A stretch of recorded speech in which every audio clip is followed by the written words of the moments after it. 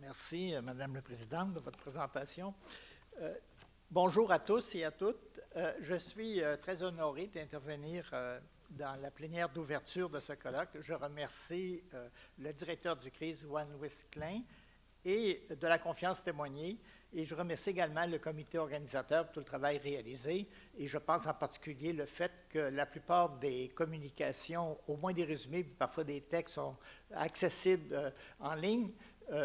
Et le texte de ma présentation est aussi disponible, 10 pages, sur ce que je vais présenter aujourd'hui. Alors, comme le titre de ma présentation, c'est « Fonds d'action, une trajectoire inscrite dans une transition sociale et écologique comme espace d'émergence et de reconnaissance ». Alors, c'est ce que je veux peut-être montrer, c'est deux choses. Une première, c'est que l'inscription dans une trajectoire sociale et écologique élargit l'espace d'innovation. Et la deuxième idée qui est présente, même si c'est une présentation qui est assez descriptive, c'est que je voudrais montrer aussi comment l'émergence et la reconnaissance, dans le cas d'organisations et d'entreprises comme celle de Fonds d'action, c'est une construction. Et c'est une construction institutionnelle pratiquement continue.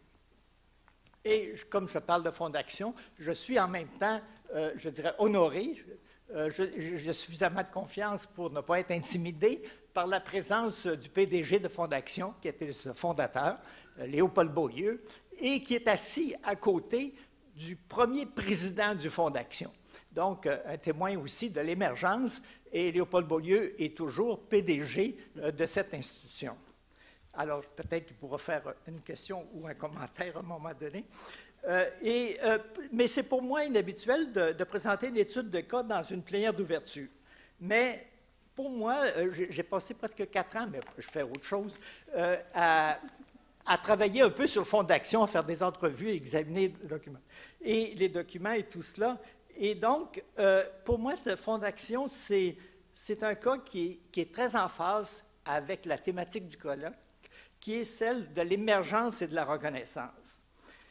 C'est une entreprise qui est assez représentative, à mon point de vue, d'une nouvelle génération d'initiatives et d'entreprises qui se situent en liaison avec la transition sociale et écologique à travers le développement durable. Et c'est aussi une entreprise qui s'inscrit en interface entre le modèle québécois de deuxième génération, celui des années 80 avec le néolibéralisme, et en interaction avec une troisième génération qui est peut-être invisible souvent, mais qui laisse entrevoir l'avenir. Alors, dans ce sens-là, je trouvais que ce cas est intéressant, puisque c'est une trajectoire Fonds d'action d'institutionnalisation constante, et les phases de développement sont aussi des phases d'institutionnalisation, et cette institutionnalisation permet toujours une émergence ou une réémergence et permet aussi une reconnaissance très forte. Ouais, c'est le plan que vous avez. Le plan, ça donne un peu je vais présenter l'émergence qui est plus courte, puis ensuite la reconnaissance qui se fait à travers 3 phases de développement, mais comme je vous ai dit, c'est des phases aussi d'institutionnalisation et de reconnaissance. Alors, c'est quoi la flèche? Alors, à l'origine, au fond, l'émergence de Fonds d'action résulte c'est-à-dire la création du Fonds d'action résulte d'une longue gestation. Et il faut aller au contexte qui permet de voir que c'est celui des années 82-83, qui est un contexte très particulier avec les taux d'intérêt élevés, le chômage élevé au Québec. Il y a eu comme une prise de conscience, au fond. On sortait aussi du modèle de la Révolution tranquille jusqu'à un certain point. Et la FTQ a mis sur pied, créé le Fonds de solidarité, sur lequel j'ai déjà fait une monographie, mais je ne fais pas de comparaison ici. Mais simplement pour dire que la CSN a été très critique par rapport à la création du Fonds de solidarité. Et je pense que Gérald Larose en a témoigné. Même si après coup, on a trouvé que la critique est peut-être faite rapidement, il reste que la CSN a fait à son congrès en 1984, a décidé d'organiser un congrès spécial l'année suivante pour réfléchir justement sur les pistes d'avenir concernant la démocratisation de l'économie. Et 3 grandes orientations, entre autres, qu'on peut retenir, c'est que c'est l'importance pour les travailleurs de contrôler l'épargne retraite, de ne pas laisser toutes les décisions au patron, de créer des organisations autocontrôlées, c'est gestion participative, et de se donner des outils collectifs pour justement réaliser. Et le grand défi qu'avait pour créer le fonds d'action, c'était qu'au départ, le concept de fonds de travailleurs apparaissait en rupture avec la tradition de la CSN. Investir dans des PME, dont une partie de ces PME sont non syndiquées, et la CSN avait en revanche une vision différente de la démocratie économique. D'où 2 questions. Comment s'approprier ce concept de fonds de travailleurs? Et c'était un travail donc de réflexivité et un travail aussi intense pendant une dizaine d'années. Et il y avait un autre défi. Le parti politique au pouvoir, en l'occurrence le gouvernement Bourassa, 2e série, était à ce moment-là était partisan très fortement des politiques néolibérales, notamment privatisation, tout ça avec le comité des sages. Et donc, il y avait 2 défis. Et comment la proposition de fonds d'action? Cette proposition, il y aura 3 sources qui vont permettre une première qui est celle de l'expérience de la Caisse des travailleurs, dont Léopold Beaulieu avait été le fondateur et le premier PDG et coordonnateur, et aussi des nouvelles sources d'inspiration, dont celle du développement durable. Et là aussi, Léopold Beaulieu, comme représentant de la CSN, avait pu participer au lancement de l'ouvrage du rapport Brundtland à Genève, et c'était un choc pour lui, et l'arrivée de l'économie sociale et solidaire au milieu des années 95. Donc, c'est dans cette perspective, au fond, que sera créé ce fonds. Et ceci s'est fait quand même, ne s'est pas fait dans, je dirais, de la spontanéité. C'était un travail continu, mais Gérald Larose, lors du lancement, il nous dit, c'est lui, Léopold Beaulieu, qui a porté une idée envers et contre toutes les adversités, qui a su vaincre les résistances à tous les niveaux et qui a su convaincre les indécis de l'ardeur à ceux qui en doutaient. Évidemment, Léopold Beaulieu, comme on le sait, travaillait avec une équipe, mais ça montre qu'il y avait quand même, ça n'allait pas de soi, que, compte tenu de la tradition combative de la CSN, de mettre sur pied un tel fonds, il fallait qu'il y ait des objectifs qui correspondent à cette culture. Et les objectifs, ça sera justement d'investir dans des entreprises qui correspondent aux 3 éléments qui sont la coopération, la gestion participative et la question environnementale. Et vous avez, en 1995, la vision de la CSN de ce fonds. Et c'est intéressant parce que ça montre que dès le départ, le fonds d'action par la CSN était pensé comme dans un écosystème et qu'il était orienté vers un modèle qui était de transformer le modèle de développement. Et la CSN n'est pas une entreprise, c'est comme un agora, c'est un lieu de délibération. Autour, il y avait les 5-6 outils collectifs créés par la CSN et il y avait d'autres aussi institutions, mutualistes, coopératives et même une entreprise publique, la SDI. Alors, ça montre le concept de départ jusqu'à un certain point et comment il s'inscrivait assez largement. Mais pour arriver à cela, il y a eu tout un travail pendant justement une dizaine d'années pour réfléchir et définir des objectifs spécifiques qui correspondaient à la vision de la démocratie économique, et l'idée du développement durable va ajouter quelque chose qui va être comme une clé de voûte. Les phases de développement, rapidement. Alors, la première phase, c'est la phase de démarrage. La phase de démarrage, ce qui était intéressant, c'est que c'était de préparer le lancement. Alors, c'est beaucoup de bénévolat. Il y a un comité de collaborateurs.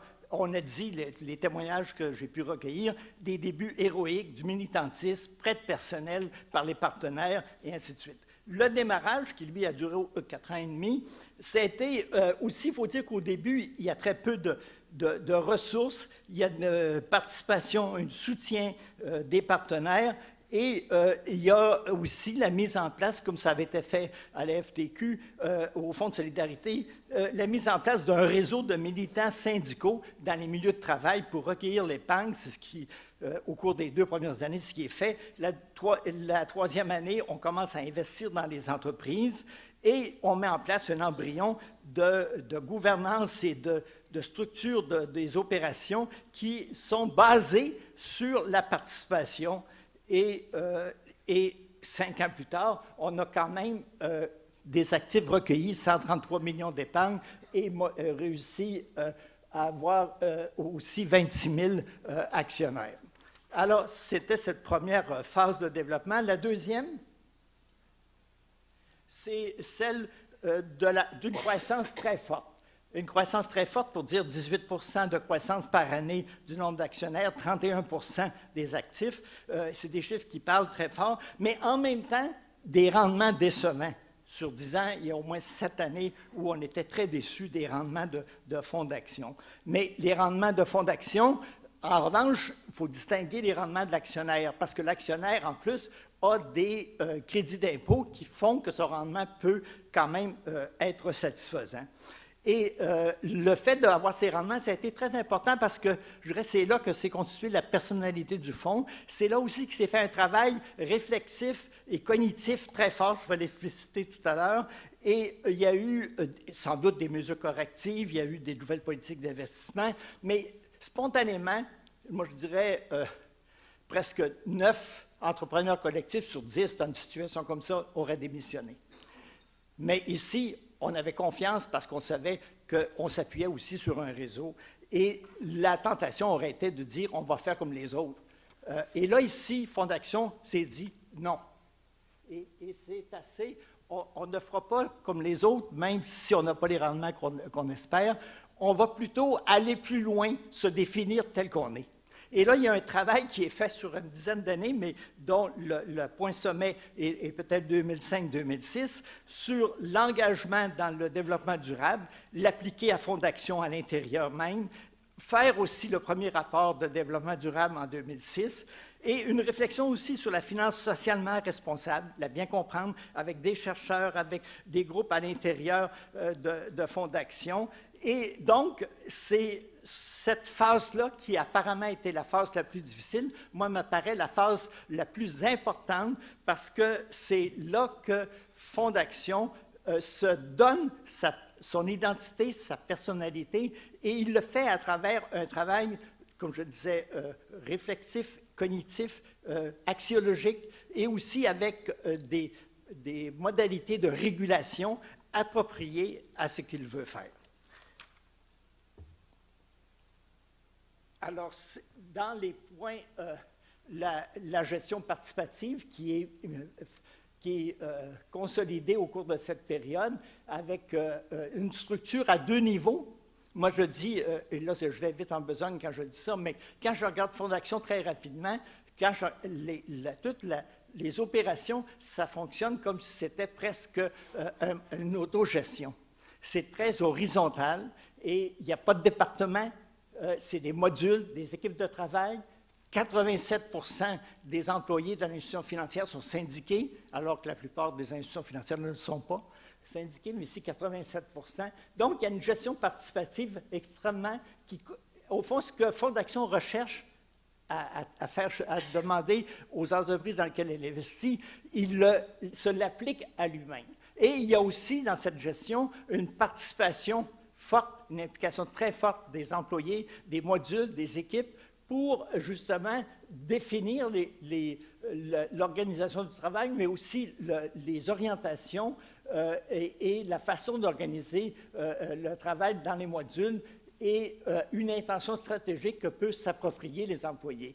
Et évidemment, c'est le CA qui adopte le processus de la stratégie qui est ouvert à cette perspective, mais c'est quand même assez exceptionnel. Il faut dire qu'il y a comme une clé de voûte là aussi, qui est celle que Léopold Beaulieu, qui est sur le CA et qui est PDG, a une légitimité très forte au plan syndical, au plan financier et du développement durable.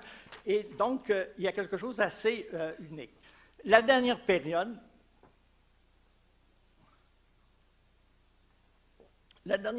est celle d'une croissance modérée.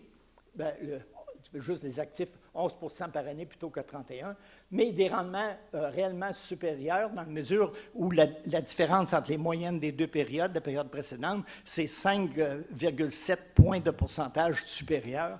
Donc, on a, tout en affirmant sa spécificité, on a réussi à obtenir quand même des rendements très convenables et les charges d'exploitation ont été baissées.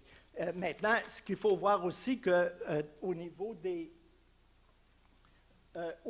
grands domaines d'activité, il y a toujours la souscription avec 750 bénévoles dans 2400 lieux de travail. Il y a le placement qui est à partie sécuritaire. Il y a l'investissement. Si on regarde l'investissement de fonds d'action à travers tous les fonds partenaires et les fonds spécialisés, ça peut toucher 1000 entreprises et 1 milliard d'investissements. Mais il y a 3 catégories d'investissements qui sont donnés, des investissements directs et des investissements aussi à travers des fonds partenaires et spécialisés. Je vais vous montrer une diapo qui illustre ça tout à l'heure. Et ce qui est intéressant pour les dernières 6 années, c'est que c'est le module, en tout cas, je vais encore vite en affaires, mais c'est qu'il m'est apparu que le module investissement était au départ un peu peut-être réticent. En tout cas, il voyait un surplus d'ouvrages quand on a eu, par exemple, des rapports de développement durable. Il n'y avait plus d'ouvrages à faire. Aujourd'hui, ce sont eux qui vont le plus loin.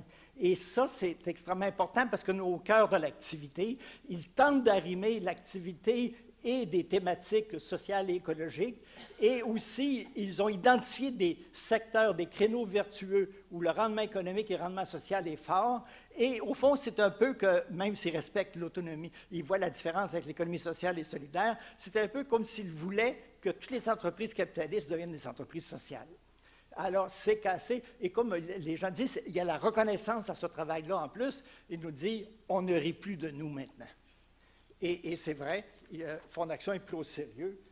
Évidemment, comme je disais, ça montre ici, mais je passe rapidement, comment ça peut, juste simplement pour une partie des fonds, parce qu'en 2014, aujourd'hui, c'est beaucoup plus complexe que ça encore, et aussi de voir comment Fonds d'action, c'est un autre élément, comment il a construit pour être reconnu, pour se reconnaître et être reconnu, il a construit comme un écosystème, et d'abord, ça commence par les groupes de participants, qui sont, ce n'est pas uniquement des groupes internes, mais des groupes externes aussi. Et il y a des engagements, 30 engagements externes très importants par divers secteurs au niveau des outils collectifs, de l'économie sociale, de la finance, ainsi de suite.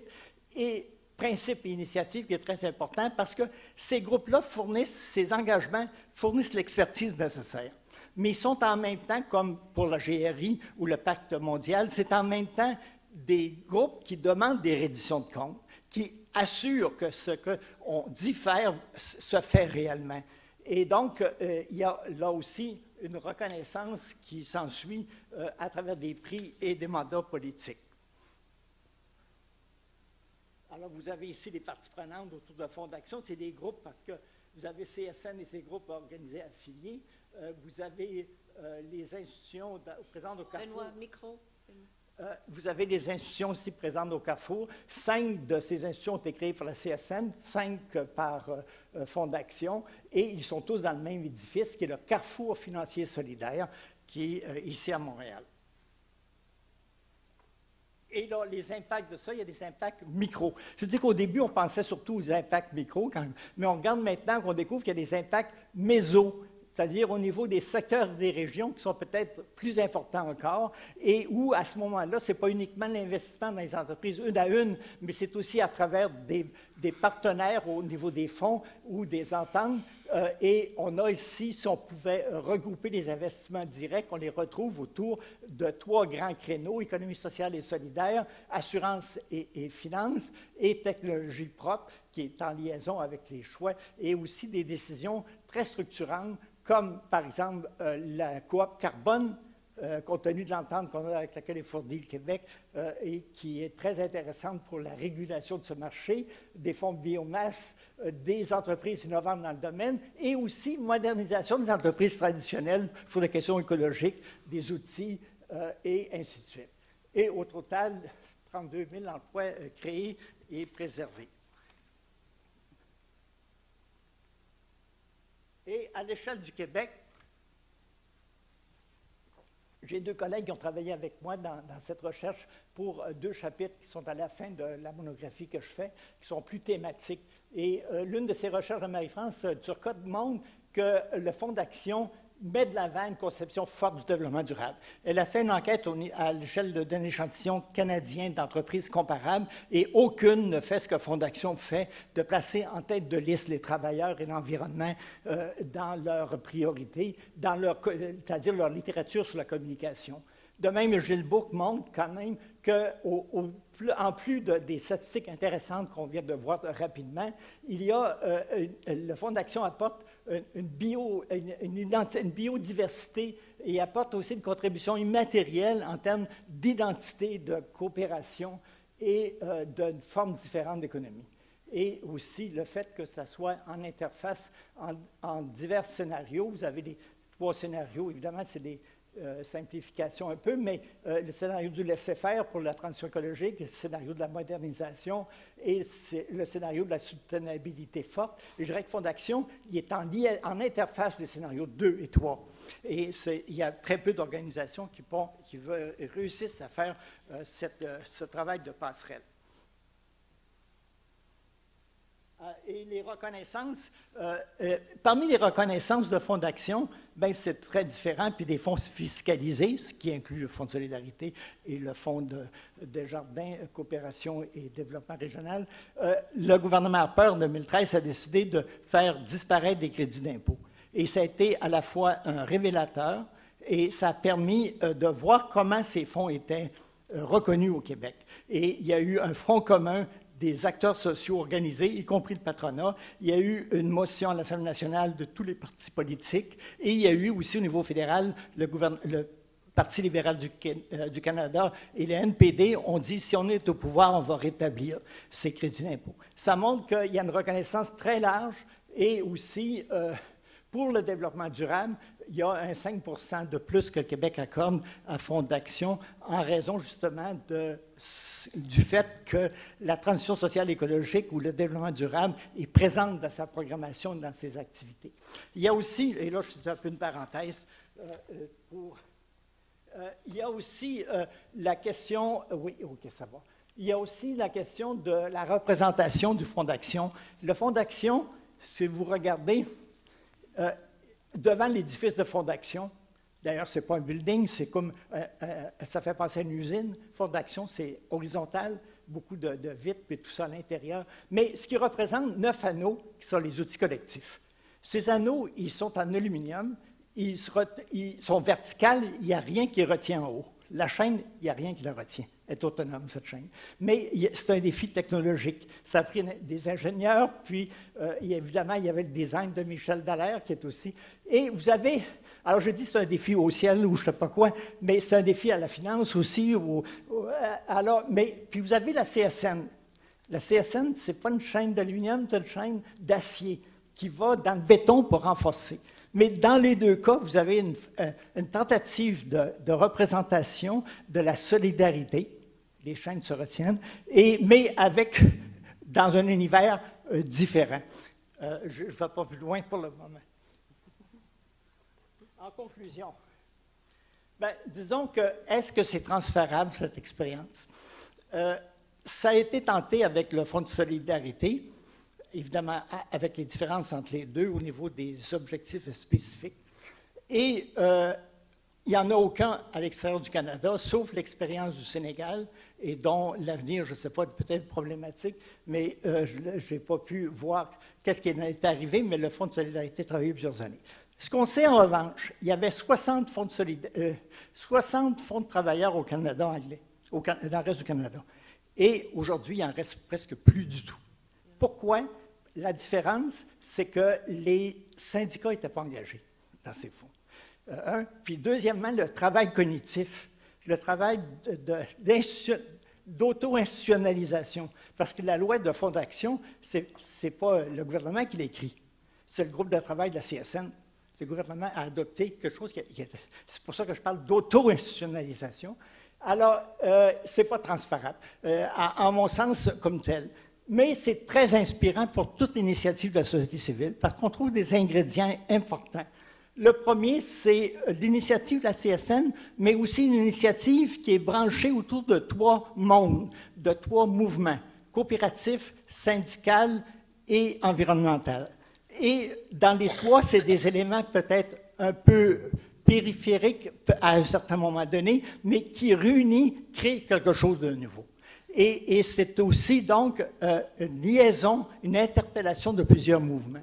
Deuxième, la gouvernance. Je ne reviens pas de parler, mais qui mise sur la participation et la délibération, y compris éclairée avec la recherche.